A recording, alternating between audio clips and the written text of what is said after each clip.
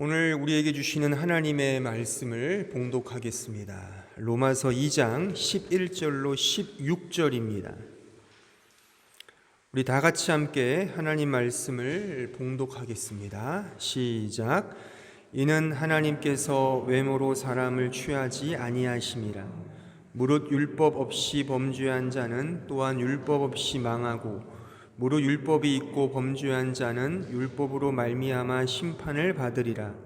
하나님 앞에서는 율법을 듣는 자가 의인이 아니요 오직 율법을 행하는 자라야 의롭다 하심을 얻으리니 율법 없는 이방인이 본성으로 율법의 일을 행할 때에는 이 사람은 율법이 없이도 자기가 자기에게 율법이 되나니 이런 이들은 그 양심이 증거가 되어 그 생각들이 서로 혹은 고발하며 혹은 변명하여 그 마음에 새긴 율법의 행위를 나타내느니라. 곧 나의 복음에 이른 바와 같이 하나님이 예수 그리스도로 말미암아 사람들의 은밀한 것을 심판하시는 그날이라. 아멘. 믿음 생활에 있어서 근본적으로 중요한 것은 성경을 배우고 아는 것입니다. 하나님의 말씀인 성경을 떠나서는 믿음 생활 자체가 불가한 것이죠. 그래서 역사적으로 모든 교회와 신자들은 한결같이 이 하나님의 말씀인 성경을 우리의 신앙과 행위의 유일한 법칙으로 삼았던 것입니다. 그런데 여기서 한 가지 중요하게 생각해야 할 질문이 있습니다. 그것은 그렇다면 어떤 식으로 성경을 배우고 이해하며 깨달아야 하느냐라는 질문이죠. 다시 말하면 어떤 관점으로 성경을 보아야 하는가? 그러니까 성경이라는 이 책은 사실 동서고금을 통틀어서 가장 많이 읽히고 가장 많이 인용된 고전 중에 고전입니다. 그래서 정치, 사회, 경제, 문화, 교육 등 각 분야에서 성경은 거의 원초적 모티프의 자리를 차지하고 있습니다. 가령 윌리엄 셰익스피어가 쓴 햄릿이라는 고전 희곡에 보면 그 햄릿이 이런 고백의 명대사를 날리지 않습니까? 사느냐 죽느냐 그것이 문제로다. 그러니까 그런 고백과 함께 그 희곡에서의 이 햄릿의 어떤 존재와 그의 고뇌와 그의 갈등은 말하자면 성경에 나타난 예수의 인간적 고뇌와 갈등을 나타낸다. 또한 그 성경의 메시지를 나타낸다라고 하는 그런 메시지를 메타포적 형식으로 드러낸다고 그렇게 해석들을 합니다. 또한 우리가 잘 아는 그 BC와 AD라고 이 구분점이 있지 않습니까? 그러니까 기원전, 기원후, Before Christ 또 Anno Domini라는 이 약자가 우리가 지금 통용되고 있는 연력, 기원전, 기원후인 것이죠. 뭐 이런 이야기들을 하자면 끝도 없습니다. 뭐 문학이면 문학, 뭐 예술 모든 분야에 이 성경이라는 이 개념과 의미는 다 어디 가나 다 농축되어 있는 것이죠. 이렇듯 성경은 많은 사람들이 읽고 묵상하여 삶의 지표와 좌우명, 자신의 신념 등으로 삼곤 합니다. 그런데 그 성경을 통해 진짜 예수를 믿느냐, 진짜 믿음 생활을 잘 하느냐는 아니라 말이죠.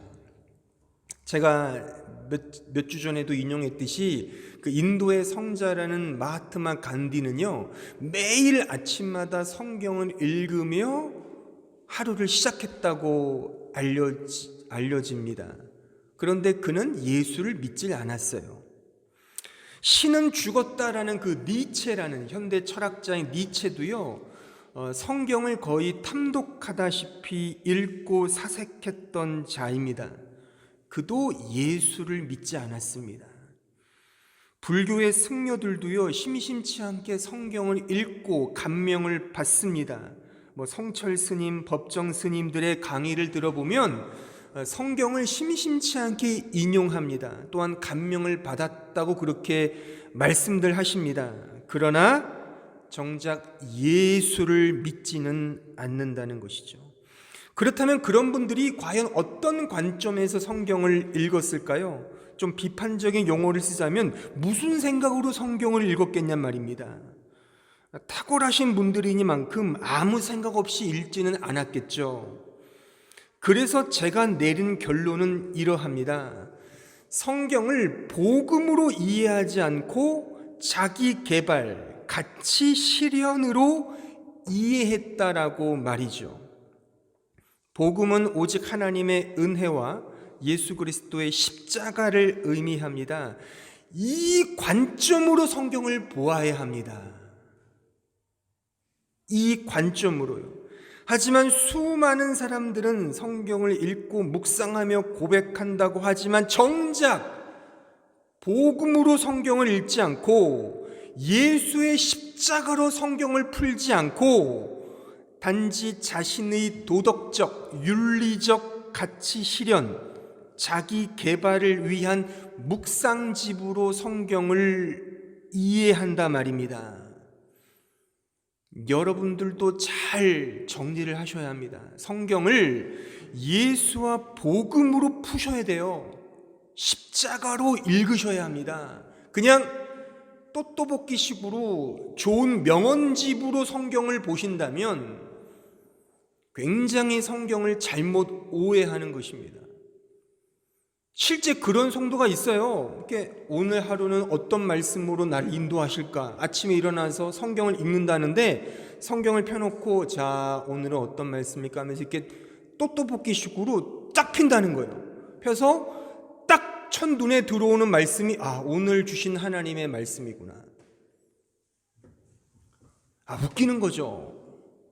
또 이런 것도 있어요. 제가 예전에 있었던 교회에서도 종종 하던 건데 매년 12월 31일 송구영신 예배 때 성경 구절을 교회가 나눠줘요.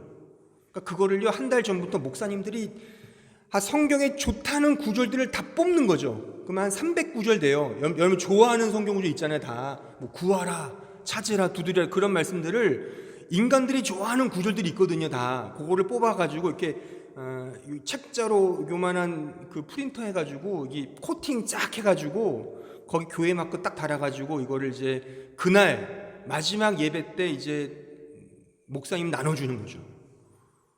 그러면 그거 좋은 거 걸리면 좋다고 그걸 냉장고에다 붙여놓는 거죠. 1년 내내.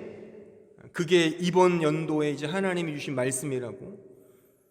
이게 뭐 하는지 아는지 전 모르겠습니다. 저도 그렇게 했지만 하라고 하니까 할 수밖에 없었지만 그러니까 이 성경의 말씀을 그렇게 보나 불교 경전이나 무함마드가 한 말씀이나 뭐가 다르겠냐는 겁니다. 그런 식의 성경 이해가 말이죠. 좀 더 민감한 얘기를 해보면 우리도 종종 이런 오해를 합니다. 신자마저도 사랑하라 라는 성경의 가르침이 있지 않습니까? 원수까지도 사랑하라는 성경의 대표적인 이 가르침 너무나 중요한 말씀에는 틀림이 없습니다. 저 역시요 예전에 마태복음 강해를 했을 때 이 부분을 무지하게 강조했습니다. 왜냐하면 마태복음이 주님의 말씀이고 산상설교가 있다 보니까 예수님은 어떤 분이시고 그분의 말씀, 그분의 인격, 그분의 삶 이런 것들을 결과적으로 결론점에 설명하다 보니까 결국 우리 신자가 나타내야 할 자태로서의 사랑을 저도 무지하게 강조를 했습니다. 그래서 어떤 지체가 제 설교를 들은 지체가 평하길 목사님의 마태복음 강해는 기승전 사랑이다 라고까지 말하더군요. 그러니까 우리가 실천해야 할 선한 영향력으로서 사랑이 맞습니다만 잘 들어보세요.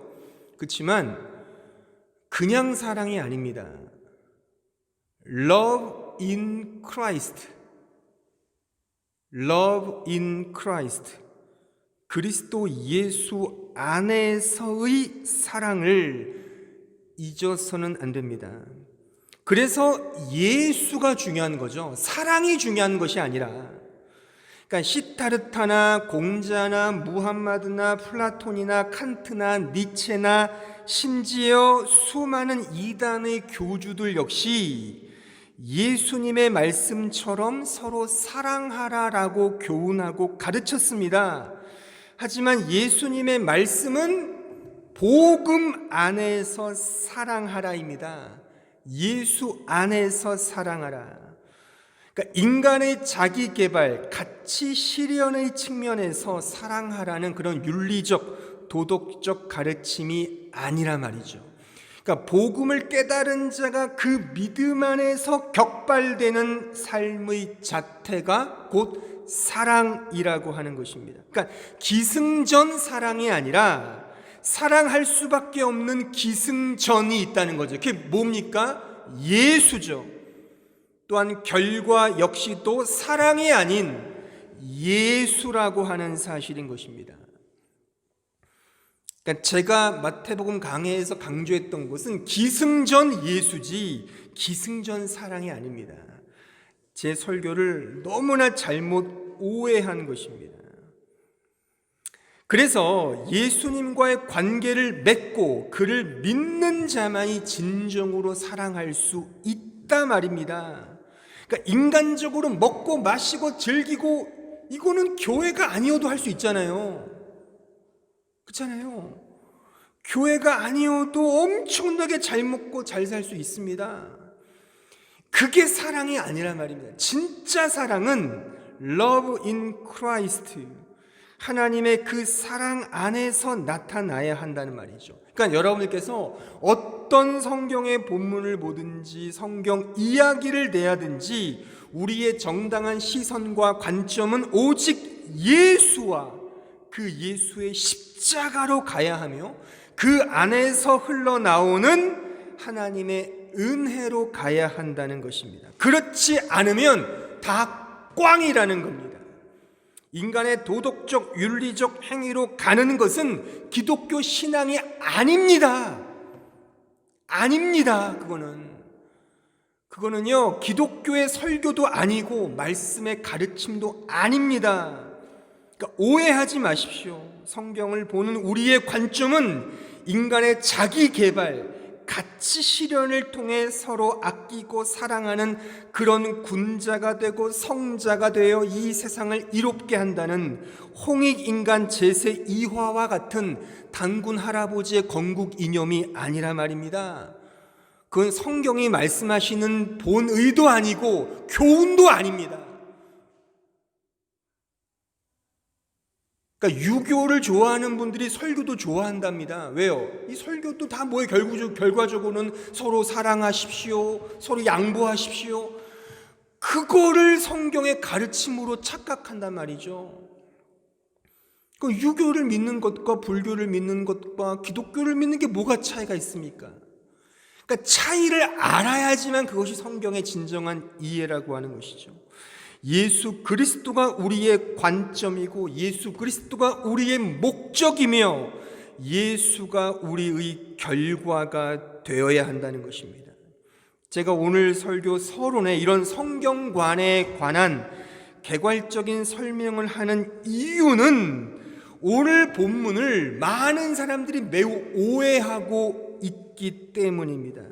즉 종교적 율법, 보편적 인간의 양심에 따라 잘 살면 의롭게 되고 구원을 받는다고 오늘 본문을 그렇게 해석하고 이해하는 성도들이 무지하게 많다는 것입니다. 양심에 비추어서 하늘을 우러러 한 점 부끄러움이 없이 살면 하나님께서도 그런 사람을 의롭다 여기시고 또한 잘 지키면 잘 수행하면 구원을 받을 수 있지 않느냐라고 이렇게 오늘 본문을 이해한단 말이죠. 오늘 13절을 보십시오. 오직 율법을 행하는 자라야 의롭다 하심을 얻으리라, 이런 말씀이 있잖아요. 또한 15절에 보시면 양심의 증거라는 단어가 등장을 합니다. 그러니까 복음을 한 번도 듣지 못한 자들이 선한 양심을 잘 수행하면 구원받을 수 있다라는 식으로 이 말씀을 해석한다는 겁니다. 소위 보편 구원론이죠. 그러니까 역사적으로 존경받는 이순신 장군, 성군이라고 칭송받는 세종대왕, 그분들은 예수의 복음을 듣지 못했잖아요. 하지만 그분들도 선한 양심을 따라 살면 아마도 구원받지 않았을까라고 생각하고 싶은 거죠. 근데 그 정당성을 오늘 본문이 준다는 겁니다. 그러니까 양심을 따라서 살면, 율법을 지키면 구원을 받는다라고 하는 거죠. 이런 연장선상에서 자신의 옳은 행위를 교묘히 치장하고 장식하여 나는 괜찮은 인간이야 라는 그런 폼을 잡고 싶은 구실로 이 본문을 그렇게 해석하고 이해한단 말이죠. 전혀 그런 말씀이 아닙니다. 전혀 그런 말씀이 아닙니다. 오늘 이 부분을 제가 설명해 드릴 겁니다. 먼저 이 부분을 설명하기에 앞서서 한 가지 짚고 넘어갈 것은 뭐냐면, 오늘 본문에 보면 유대인들에게는 율법이라는 것이 주어졌다는 겁니다. 하지만 이방인들에게는 율법이 주어지지 않았죠. 그러니까 율법이라는 것은 쉽게 말하면 하나님의 말씀을 의미하는 겁니다. 그러니까 하나님 말씀이 유대인 이스라엘 백성들에게는 주어졌잖아요. 모세를 통해서 이런 등등 많은 인물들을 통해 말씀이 주어졌지만 이방인, 그러니까 지금 예수를 모르는 많은 이 이방 종족들, 우리도 마찬가지죠. 이 말씀이 주어지지 않았다는 거죠. 우리 조선시대 때는 말씀이 없었잖아요. 그러니까 그런 의미에서 이 사도 바울의 논리인데, 하지만 이 사도 바울이 오늘 본문 속에서 말하고자 하는 것은, 하지만 이방인들에게도 율법이 있다는 겁니다. 그 율법이 뭐겠습니까? 오늘 보면 14절에 보면 자기 자신이 율법이라는 겁니다. 자신의 양심, 15절, 양심이 율법이라는 겁니다. 본성, 오늘 본문에 14절에 기록되어 있죠. 그 단어가, 이 본성이 우리의 율법적 틀이라고 하는 겁니다. 그러니까 보편 인간에게 다 양심의 가책이라는 것이 있지 않습니까? 그렇잖아요. 그 양심의 가책, 본성적 양심이 스스로에게 법이 된다는 겁니다. 그러니까 이를테면 아프리카에 그 1달러가 없어서 죽어가는 많은, 배고파서 죽어가는 그 어린 아이들에 대한 공익 광고를 보면 우리 마음에, 보편 인간 마음에 무엇이 떠오릅니까? 아, 불쌍하다, 도와주어야 해, 계좌번호를 빨리 이렇게 계좌 이체를 시키고 싶은 마음이 들잖아요. 그 보편적인 마음, 그게 양심이라는 겁니다. 그렇게 해야만 하는, 모든 인간이라면 그렇게 해야만 하는 그 보편적 양심. 근데 그것을 이제 임마누엘 칸트라는 철학자는 좀 고상하게 말했죠. 정언 명령. 우리가 정말 해야만 하는 어떤 명령이 있다는 겁니다. 그게 율법이라는 거죠. 그것을 오늘 본문의 사도 바울은 양심 또는 본성, 자기 자신의 마음이라고 오늘 본문이 표현하고 있는 것입니다. 따라서 인간은요, 유대인이든 이방인이든 누구나 다 율법이 있다는 겁니다. 유대인에게는 하나님이 직접 주신 말씀으로서의 율법이 있고, 이방인들에게는 창조의 빛으로부터 주어진 보편적 양심의 율법이 있다는 것입니다. 그런데 이 말씀을 오해하는 사람들은 그 율법과 그 양심의 법을 잘 지키면 구원을 받을 수 있다라고 이 말씀을 해석하는데, 그런 맥락이 아니라 인간은, 유대인은 율법을 결코 지킬 수 없고 이방인은 자신의 보편적 양심대로 살 수 없다는 것을 지금 이 사도 바울이 논증하고 있다는 것입니다. 그래서 인간 외에 다른 쪽으로부터 주어지는 그 완성된 의가 우리에게 필요하다는 것을 지금 사도 바울이 이 구절에서 논증하고 있다는 것입니다. 제가 거듭 강조하지만 성경을 보는 관점과 시선은 오직 예수 그리스도의 복음으로만 가야 하고, 동시에 그 성경을 해석하는 틀은 성경은 성경으로, 성경은 문맥으로 해석해야 한다는 것입니다. 제가 지난주에도 언급했듯이 지금 우리가 다루고 있는 2장 1절로 이 모든 말씀은 다 하나의 거대한 문맥 속에 자리 잡고 있음을 명심하셔야 합니다. 그 문맥이 어디부터 어디까지입니까? 로마서 1장 18절부터 3장 20절까지입니다. 이 전체 문맥 속에서 오늘 본문을 보아야 합니다. 이 전체 문맥이 무엇을 강조하고 있습니까? 바로 하나님의 진노죠. 인간은 죄만 지을 뿐이고 하나님의 진노를 피할 수 없는 전적으로 타락한 죄인임을 이 문맥에서 우리에게 가르쳐 주고 있다는 겁니다. 그래서 우리는 율법을, 그러니까 유대인들은 율법을 지킬 수 없고 이방인 역시도 그 보편적 양심의 법을 따라 살 수 있는 사람은 아무도 없다. 그러므로 우리에게 필요한 것은 오직 하나님의 의, 예수 그리스도의 의가 필요하다. 그래서 이 거대한 문맥, 그러니까 로마서 1장 18절과 3장 20절 각각 그 앞절과 끝절에 이런 말씀이 기록되어 있죠. 그 문맥 바로 앞에 1장 17절을 읽어보십시오. 17절 보시면 복음에는 하나님의 의가 나타나서, 보세요, 복음에는 하나님의 의가 나타나서 믿음으로 믿음에 이르게 하나니 기록된 바 오직 의인은 믿음으로 말미암아 살리라. 그런데 우리에게는 이 의가 없기 때문에 왜 우리는 하나님의 진노를 받을 수밖에 없는 죄인이라는 것이 18절부터 쭉 내려와서 3장 20절까지 기록된 거란 말이죠. 그 이후에 21절 보십시오. 이제는 율법 외에 하나님의 한 의가 나타나서 똑같지 않습니까? 17절과 21절이요. 사실 이 3장 21절은 헬라어 성경에 보면 그러나라는 역접의 접속사가 있습니다. 이게 정말 중요한 단어인데 왜 한글 개역 성경은 빼먹고 번역했는지 저는 이해를 못하겠습니다. 왜 빼먹었을까요? 그러니까 번역위원들도 다 회개해야 합니다. 이게 굉장히 중요한 단어인데, 그러니까 그러나 이제는 율법 외에, 그러니까 인간이 할 수 있는 율법 외에 하나님 편으로부터 한 의가 나타났으니 율법과 선지자들에게 증거를 받은 것이라 곧 예수 그리스도를 믿음으로 말미암아 모든 믿는 자에게 미치는 하나님의 의니 차별이 없느니라.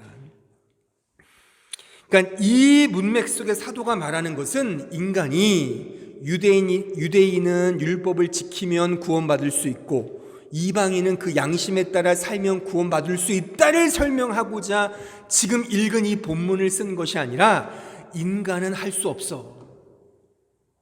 유대인 너희들은 율법을 받았지만 너희들 진짜 하나님 말씀을 지킬 수 있어? 지키는 사람 나와봐. 그 논리란 말이죠. 이방인들, 당시에 무슨 플라톤이나 아리스토텔레스와 같은 철학적 사유를 갖고 있던 그 그리스인들에게 너희들 진짜 양심대로 사는 사람이 있어? 나와봐.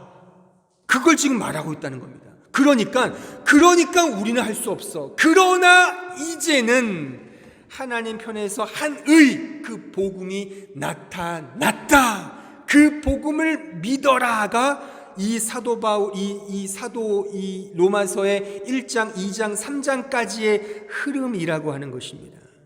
이 전체 그림을 그리면서 복음을 이해하셔야 합니다. 그래서 사도가 말하고 싶은 것은 율법은 결국에 율법을 지키냐 안 지키냐로 주어진 것이 아니라 예수께로 가게 하기 위한 그 기능과 그 역할을 하고 있다는 것입니다. 이것이 오늘 설교의 결론입니다. 그러니까 매우 간단하고 단순합니다. 율법의 기능, 양심의 기능과 역할은 다름 아닌 예수의 복음으로 인도하는 것, 예수 그리스도의 의만을 가리키는 것, 하나님의 은혜와 예수 그리스도의 십자가만을 바라보게 하는 것, 바로 그것이 율법, 우리 양심의 법의 기능과 역할이라고 하는 것입니다.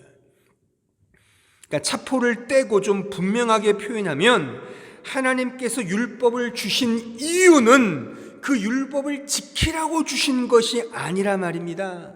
그 율법을 통해 내 자신의 꼬라지를 바로 알고 내 힘으로는 아무것도 할 수 없고 오직 하나님의 은혜와 그리스도 예수의 의만을 붙잡도록 그 율법을 주셨다 말입니다. 로마서 3장 19절로 20절을 보십시오. 우리가 알거니와 무릇 율법이 말하는 바는 율법 아래에 있는 자들에게 말하는 것이니 이는 모든 입을 막고 온 세상으로 하나님의 심판 아래에 있게 하려 함이라. 그러므로 율법의 행위로 그의 앞에 의롭다 하심을 얻을 육체가 없나니, 인간이 없다는 거죠. 율법으로는 죄를 깨달음이니라. 그 다음 나오는 말씀 21절, 그러나 이제는 율법 외에 하나님의 한 의가 나타났으니라고 이어진단 말입니다. 그래서 율법의 기능과 역할은 1차적으로 그것을 지키냐 아니 지키냐의 문제가 아니라 그 율법을 통해 예수의 은혜를 알게 하심이며, 그 율법은 신자를 그리스도께로 인도하는 몽학선생 또는 초등선생의 역할을 한단 말입니다. 갈라디아서 3장 23절을 보십시오.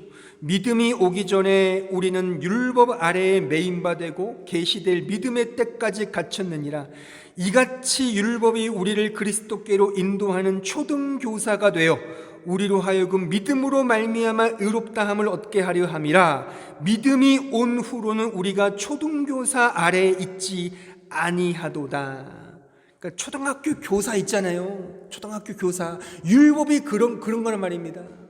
율법이 결국 우리를 예수께로 인도하는 역할을 하는 것이지 우리가 율법을 지켜서 어떻게 거룩하게 되고 이런 차원이 아니라 말입니다. 율법의 기능과 역할은 분명합니다. 예수께로 인도하는 선생인 것입니다. 예수를 믿는 믿음으로 가게 한다는 말입니다. 그 이후에 율법의 역할과 기능 그 자체는 끝이 나는 것입니다. 물론 이러한 진술이 신자가 이제 율법을 지킬 필요가 없다라고 하는 그런 무율법주의를 말하는 것은 결코 아닙니다. 중요한 것은 예수께서 그 율법을 완성하셔서 그가 완전한 순종, 십자가의 순종으로 그 모든 율법의 의를 이루시고 그 이루신 의를 우리에게 전가시켜 주신 것이죠. 마태복음 5장 17절을 보십시오. 내가 율법이나 선지자를 폐하러 온 줄로 생각하지 말라. 폐하러 온 것이 아니라 완전하게 하려 함이라. 진실로 너에게 이르노니 천지가 없어지기 전에는 율법의 1.1획도 결코 없어지지 아니하고 다 이루리라. 그러므로 누구든지 이 계명 중에 지극히 작은 것 하나라도 버리고 또 그같이 사람을 가르치는 자는 천국에서 지극히 작다 일컬음을 받을 것이요 누구든지 이를 행하며 가르치는 자는 천국에서 크다 일컬음을 받으리라. 내가 너에게 이르노니 너희 의가 서기관과 바리새인보다 더 낫지 못하면 결코 천국에 들어가지 못하리라. 누가 율법을 완전하게 하셨습니까? 우리의 행위로요? 아니죠. 이 말씀에 의하면 그리스도 예수께서 완전하게 이루셨다는 거죠. 그 이루신 의를 우리에게 전가시켜 주신 거죠. 우리에게 주신 거라 이겁니다. 그러니까 신자는 이제 그 전가된 의를 힘입어 살아가는 겁니다. 내 의가 아니라, 내가 이렇게 율법을 지켜서 내 의로 삼는 것이 아니라 그리스도께서 십자가를 통해 완성하신 그 의를 힘입어서, 이걸 다른 말로 말하면 믿음으로 따라 살아가는 것이죠. 그러니까 그런 믿음으로 따라 살아가는 삶이 더 고상하고 더 높이 올라가면 올라갈수록 내가 드러납니까? 그리스도가 드러납니까? 당연히 그리스도가 드러나죠. 내가 드러나면 그것이 가짜라 말입니다. 내가 한 것은 아무것도 없고 오직 그리스도만이 오롯이 드러나는 것, 그것이 성경이 말하는 선한 행위라고 하는 것입니다. 자기 자랑이 없는 거죠. 고린도후서 9장 8절을 보십시오. 하나님이 능히 모든 은혜를 너에게 넘치게 하시나니 이는 너희로 모든 일에 항상 모든 것이 넉넉하여 모든 착한 일을 넘치게 하게 하려 하심이라. 이게 참 표현이 재밌죠. 그러니까 누가 이렇게 하신다는 겁니까? 누가 착한 일을 넘치게 하게 하신다는 겁니까? 바로 모든 은혜를 힘입어, 그러니까 그 하나님의 능하신 모든 은혜로 이런 착한 일을 행하게 된다는 것입니다. 내 힘으로 하는 것이 아니라 하나님의 은혜로 한다는 것입니다. 더 구체적으로 고린도후서 10장 3절을 보십시오. 우리가 육신으로 행하나 육신에 따라 싸우지 아니하노니 우리의 싸우는 무기는, 잘 보십시오, 육신에 속한 것이 아니요 오직 어떤 견고한 진도 무너뜨리는 하나님의 능력이라. 모든 이론을 무너뜨리며 하나님 아는 것을 대적하여 높아진 것을 다 무너뜨리고 모든 생각을 사로잡아 그리스도에게 복종하게 하니. 그러니까 이 말씀은 사도 바울이 자신의 사도직을 감당하면서, 그러니까 지금으로 말하면 목사직을 감당하면서 이런 일을 하는 능력이 내 능력이 아니라, 육신의 능력이 아니라 하나님의 능력을 따라 행한다는 그 고백을 지금 이 말씀이 하고 있는 것입니다. 그 하나님의 능력에 힘입어 감당한다는 것이죠. 그러니까 결국에 자기가 행하는 모든 일, 그 일을 통해 얻게 되는 모든 사람과 열매들이 결국 자기에게 복종하는 것이 아니라 그리스도에게 복종한다라고 또 말씀하고 있지 않습니까? 왜요? 하나님이 하신 거니까. 그래서 결과 어떤 결론을 도출합니까? 고린도후서 10장 17절, 자랑하는 자는 주 안에서 자랑할지니라. 지금 고린도후서 9장 8절부터 10장 17절까지 이게 하나의 문맥입니다. 그러니까 결국 이 문맥의 결론이 뭐예요? 자랑하는 자는 어디 안에서요? 주 안에서 자랑하라. 지금 이것으로 결론을 맺고 있단 말입니다. 그러니까 사도의 율법 지킴의 흐름이 지금 어디에서 어디로 오는지를 이 논리적 이 흐름을 아셔야 합니다. 하나님의 능력으로 시작하여 하나님의 자랑으로 지금 끝을 맺고 있다는 것입니다. 이것이 복음을 아는 자의 고백인 것입니다. 율법을 지키는 것이 믿음의 본질이 아니라 율법을 지켰다가 믿음 생활의 정수가 아니라 그 율법이 결국 그리스도께로 나를 이끌고 가느냐의 문제라고 하는 것입니다. 자기 개발, 자아실현이 아니라 내가 율법을 지켜서 난 이런 존재야, 난 이런 의가 있어가 기독교가 말하는 신앙이 아니라 율법을 지키면 지킬수록 자기 자신에게로 모아지는 것이 아니라 결국 그리스도에게로 갈 수밖에 없다는 겁니다. 그러니까 결과는 무조건 예수라는 겁니다. 예수 그리스도라고 하는 것입니다. 만약에 우리의 신앙의 모든 과정이 예수에게로 가지 않으면, 제가 계속 언급하지만 성경에서 말하는 신앙이나 불교에서 말하는 신앙이나 공자왈 맹자왈 하는 그런 유교 사상과 도가 사상에서 말하는 그런 도나 무슨 차이가 있냐 말입니다. 기독교를 믿어 착하게 살자와 불공을 들여서 자비자애의 마음으로 살자나 부자유친 장유유서 군신유의로 살자는 육아의 가르침이나 사실 교훈적으로는 뭐가 다르겠습니까? 사실 어떤 의미의 육아 사상과 도가 사상이 훨씬 더 구체적이고 훨씬 더 실제적이죠. 그걸 믿겠죠. 왜 기독교를 믿습니까? 기독교는 그런 것이 아니라 말입니다. 기독교에서 사랑하라, 더 착하게 살자는 것은 결국에 in Christ, 그리스도 예수 안에서, 그러니까 예수와 관계를 맺지 않는 것은 다 거짓이며 꽝이라고 하는 것을 우리는 꼭 마음속에 가지셔야 하는 것입니다.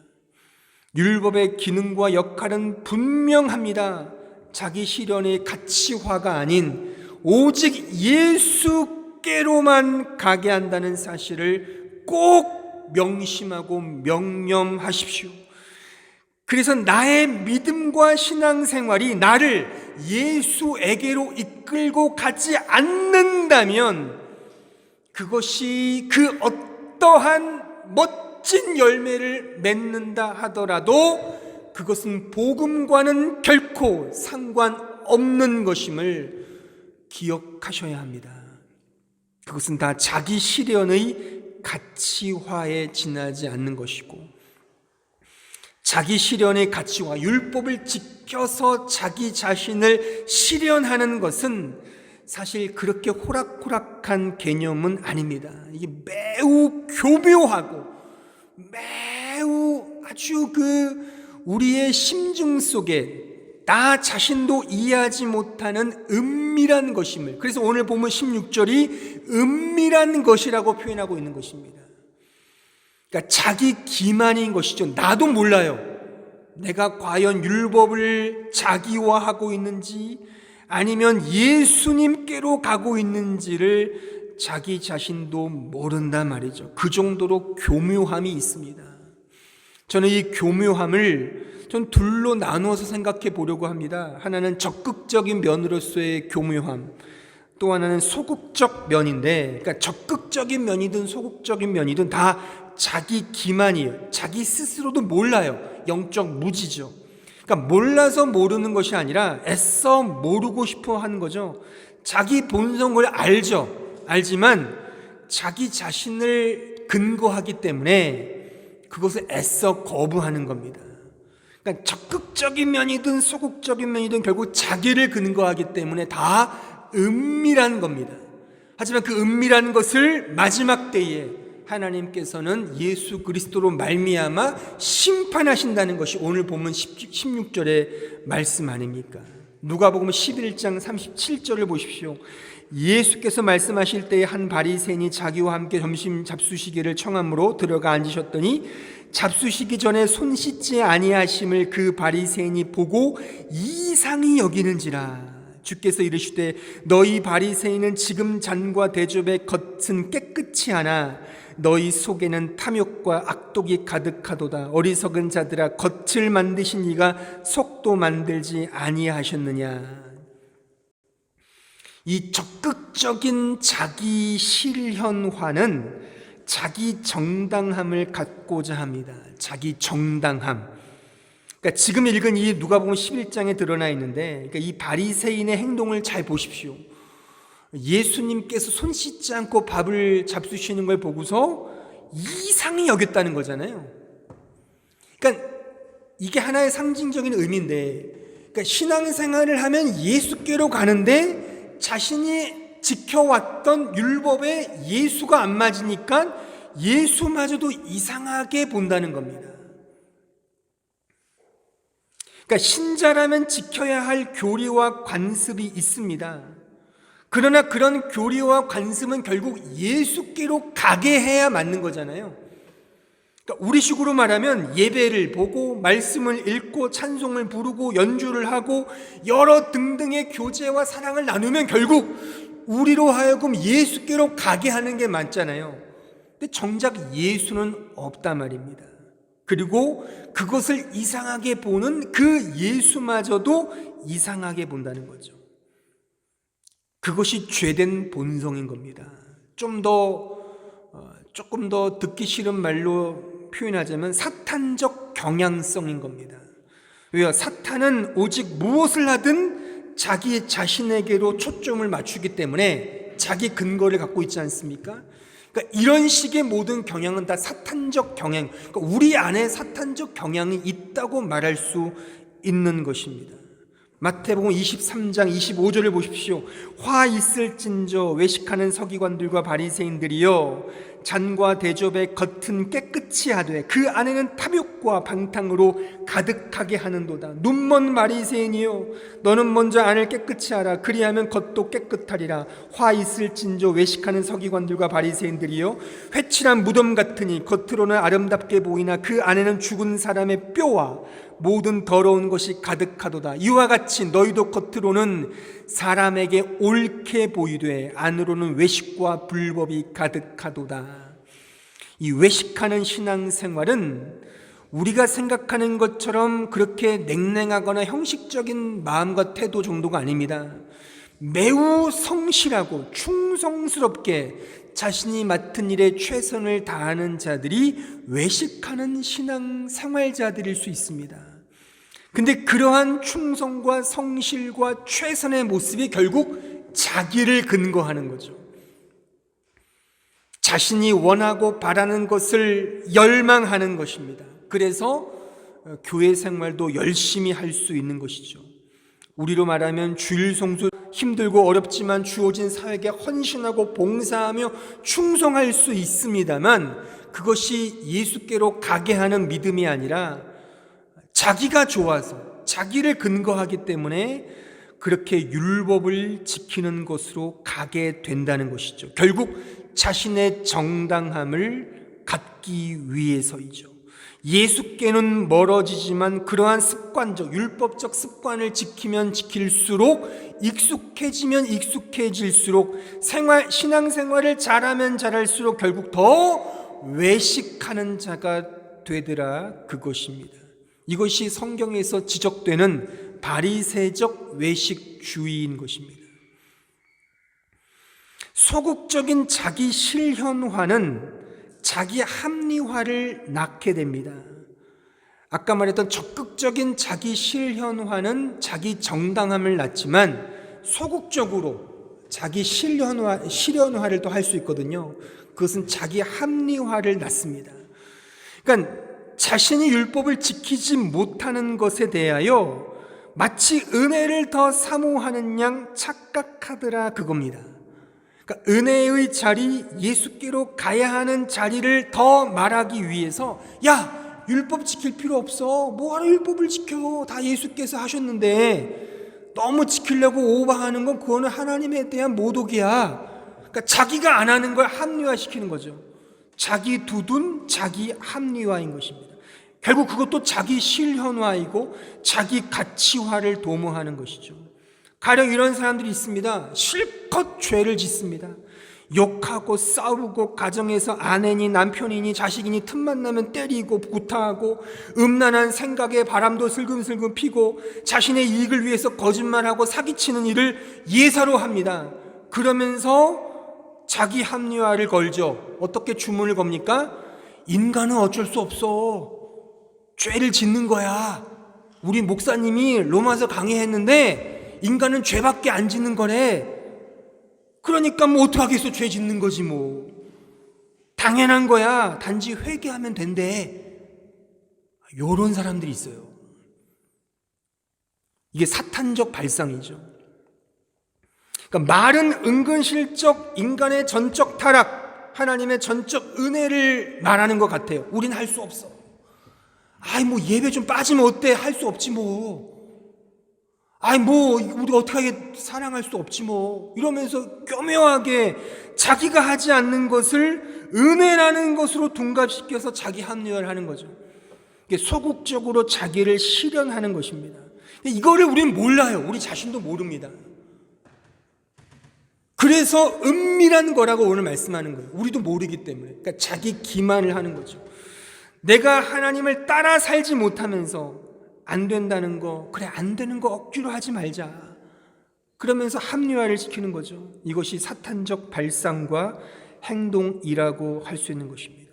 어쩌면 우리는 지금 제가 설명한 이런 두 부류 어느 선상에 있는지도 모르겠습니다. 습관화된 신앙생활 속에서 기독교라는 종교 형식과 행사와 어떤 이런 율법에 매여서 열심을 부리는 것 같지만 정작 예수께로 내가 가고 있는지, 아니면 개혁주의 이런 신앙을 많이 들어서 은혜니 뭐 오직 은혜니 믿음이니 뭐 이런 것들을 우리는 전적 죄인이야라는 이런 것들을 자기 합리화해서 우리는 해도 안 돼, 야 전도해서 뭐하냐, 어차피 택한 사람들은 구원받겠지 뭐, 이런 식의 생각이죠. 다 이거는 성경이 말하는 하나님의 주권을 믿는 신앙이 아니라 운명론이죠. 이 불교에서 말하는 이런 운명, 돌고 도는 거죠. 전혀 이것은 성경의 가르침이 아닙니다. 그런 식으로 자포자기하는 식으로 이런 패배주의, 무율법주의로 회귀하는 그런 식의 소극적인 자기 실현을 우리는 구가하는지도 모르겠죠. 특히 유학생들도 잘 들으십시오. 어차피 여기서는 지나가는 나그네니까 뭐 이렇게 열심히 할 필요 뭐가 있어. 어차피 한국 가서 이제 열심히 내가 정하는 교회, 평생 다닐 교회 가서 열심히 섬기지 뭐. 이것도 하나의 소극적인 자기 실현화인 것입니다. 지금 안 하면 아닌 겁니다, 여러분들. 지금 이때 하나님을 위해, 영광을 위해 헌신하지 않는 것을 나의 지금의 처지로 만회하려고 하는 것도 소극적인 자기 실현화라는 것이죠. 하나님의 말씀을 말씀대로 받아들이지 않고 자기화시키는 거죠. 내가 좋은 대로, 내 처지가 이러니까, 내가 이러니까 이렇게 하겠지 뭐. 그 어디 있습니까, 그런 게? 성경에 어디 있냐고요, 그런 것이. 지금 당장을 말씀하시는 거지 내일로 미루라고 하셨습니까? 내일 염려하지 말고 오늘 주어진 일에 최선을 다하라고 성경은 늘 말씀하시지, 지금 못하면 나중도 못하는 겁니다. 지금 이렇게 세상적으로 살면 나중에도 세상적으로 더 고착화되지, 그때 된다고요? 그걸 어떻게 우리가 알 수 있겠습니까? 그것이 다 자기 합리화이며 자기 정당화이며 오늘 제가 지적하고 싶은 이 율법적 신앙생활인 것입니다. 그러니까 제가 로마서 강해를 하면서 제가 그런 메일을 받았어요. 한국에 있는 제 동료 목사님들이나 그런 분들께 너무 은혜와 너무 이렇게 하나님의 주권만 강조하면 우리가 해야 될 일이 뭐야? 어떤 부분에 우리가 해야 될 것도 얘기를 해줘야지 결과적으로 성도들이 뭔가 하지 않겠어? 라는 것들을 많이 제가 들었어요. 그러니까 제가 오늘 그 얘기를 하는 겁니다. 성경은 우리가 아무런 일도 하지 말라고 말하지 않습니다. 하나님의 은혜라고 우리가 전도하지 말아야 됩니까? 하나님의 은혜라고 교회 섬기는 것도 안 해야 합니까? 그런 게 아니죠. 우리 열심히 해야 된단 말입니다. 그 은혜를 알면, 그 복음의 은혜를 경험하면 그 은혜로부터 격발되는 그 능력이 나타난단 말입니다. 그것이 말하자면 사랑으로 늘어나고, 그래서 원수까지도 사랑할 수 있게 되는 거죠. 내가 품을 수 있게 되는 거죠. 그렇죠? 이것이 내 힘으로 하는 게 아니죠. 예수의 은혜로 하는 거죠. 그래서 내 자랑이 아니게 된단 말입니다. 이런 것들을 종합적으로 이해하지 못한다면 우리는 이 기독교의 현실화, 이 현실 속에서 어떻게 살아가야 되는지에 대한 이해를 못한단 말입니다.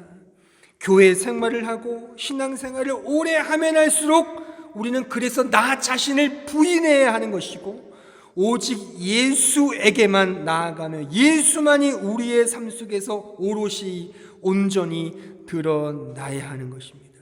그러나 이러한 영적 실체는 우리의 두꺼운 자아라는 껍데기에 쌓여 있어서 나 자신도 제대로 알지 못한단 말이죠. 이것이 자기 기만인 것이죠. 자기를 속이는 것이고, 오늘 본문의 16절에서 은밀한 것이라는 단어로 표현하고 있단 말입니다. 그래서 이 역시도 우리의 힘으로 알 수가 없죠. 그래서 하나님의 은혜의 간섭을 소원하고 구해야 하는 것입니다. 주님, 우리의 눈을 밝히사 이 자의 껍데기를 꺾어주시고 제어해 주셔서 오직 하나님의 은혜로 나 자신을 온전히 직시하도록 성령의 은혜를 달라고 기도해야 하는 것입니다. 고린도전서 2장 9절로 10절을 보십시오. 기록된 바 하나님이 자기를 사랑하는 자들을 위하여 예비하신 모든 것은 눈으로 보지 못하고 귀로 듣지 못하고 사람의 마음으로 생각하지도 못하였다는 것 같으니라. 오직 하나님이 성령으로 이것을 우리에게 보이셨으니 성령은 모든 것 곧 하나님의 깊은 것까지도 통달하시느니라. 이 성령의 안목, 성령의 은혜를 구하십시오. 우리는 결코 우리 자신을 바로 알고 판단할 수 없습니다. 다 내로남불입니다. 진짜 그렇습니다. 내가 하는 것은 다 하나님을 위해서 한다고 다 생각하죠. 누가 과연 나는 육신을 위해 한다고 말하는 사람이 어디 있습니까? 제가 만난 모든 신자들 중에 다 내로남불, 저도 마찬가지예요. 너는 잘났냐라고 아마 그런 생각으로 제 설교를 들은 사람도 있을 겁니다. 그러니까 우리는 다 내로남불이에요. 이거를 인정해야 합니다. 그리고 성령 안에서 이 이 껍데기를 벗기도록 자기 부인을 해야 되는 거예요. 자기 부인을. 그래서 성령께서 내 안에 역사하셔서 오직 성령으로만, 복음으로만 나의 실체를 발견하도록 끊임없이 나아가야 하는 것입니다. 율법을 통해 그리스도만을 바라보는 것이고, 율법을 통해 자기 자신은 전적인 죄인임을 발견하고 확인하여 오직 그리스도의 의만을 붙드는 것입니다. 그래서 이렇게 하면 어떨까 제가 제안을 드리겠습니다. 우리는 적극적으로 하나님의 말씀에 순종해도, 소극적으로 그 말씀을 이용해도 결국 자기도 모르게 자신을 근거가 되고 중심이 되며 주체가 되고 싶어 한다는 사실을 날마다 자각하는 것입니다. 인정하자는 겁니다. 이건 우리의 속성입니다. 우리가 이 육신을 벗을 때까지, 또한 주님이 완전한 육신을 우리에게 덧입혀 주실 때까지 우리는 언제나 내로남불할 겁니다. 내 식대로 해석할 겁니다. 근데 그걸 인정하자고요. 우리 모두가 내가 열심을 다해 말씀에 순종해도, 그 말씀을 교묘히 이용해도, 게으름을 피워도 다 뭐예요? 아, 내가 이런 놈이었구나, 이런 사람이었구나를 자각하자는 거죠. 그래서 열심히, 그러니까 문득문득 때때로 열심을 내고 순종해도 그 결과 오직 하나님께만 영광, 하나님만 자랑하자고요. 의도적으로라도. 그 의도적이라는 것이 또 잘못될 수 있지만, 제가 오늘 드린 이 의미 속에서 내가 순간순간 열심을 내서 뭔가 좋은 결과가 생겨도 내가 한 게 아니야, 하나님이 하신 거지라고 그렇게 생각을 먹으라는 겁니다. 또한 소극적인 신앙생활을 영위하더라도 그리스도의 의의 능력을 붙잡고 모든 믿는 자에게 구원을 주시는 하나님의 능력을 의지하자고요. 내가 변화되면 하겠지는 이런 변명하지 말고, 내가 처지가 좋아지면 하지라는 그런 변명하지 말고, 지금 당장 하나님의 은혜를 주시면 할 수 있지라는 그런 여지를 갖자고요. 아, 시간 없어, 안 돼요 라고 하지 마시고 하나님의 은혜를 구하자고요. 기도할 수 있잖아요. 그런 기도하면서 나를 변화시켜 가는 성령님께 나를 드리자고요. 그렇게 할 수 있지 않습니까? 그래서 잘하면 또 내가 한 게 아닙니다, 하나님께 영광. 이런 식으로 순환하다 보면 결국 내 자랑이 아니에요, 또한 나의 영적 게으름이 아니에요, 내 처지가 아니에요, 오직 모든 것이 합력하여 선을 이루시는 하나님의 영광입니다 라는 가장 바람직한 신앙의 모습으로 나아갈 수 있지 않느냐라는 것을 좀 적용적으로 제가 드리고 싶은 것입니다. 사랑하는 성도 여러분, 하나님께서 우리에게 율법, 즉 하나님의 말씀을 주신 이유는 다름 아닌 예수 그리스도를 알게 하심입니다. 자신의 가치를 실현하는 근거가 아닌 오직 예수 그리스도만을 믿음으로 바라보게 하시는 그 은혜의 기능, 그 은혜의 역할임을 꼭 마음에 새기시고, 종교 활동에 익숙한 종교인이 되지 마시고, 나를 사랑하사 나를 위하여 자기 자신을 버리신 하나님의 아들 예수 그리스도를 믿는 믿음 안에서 살아가시는 그런 참된 신자가 되시길 진심으로 기원합니다. 기도하겠습니다.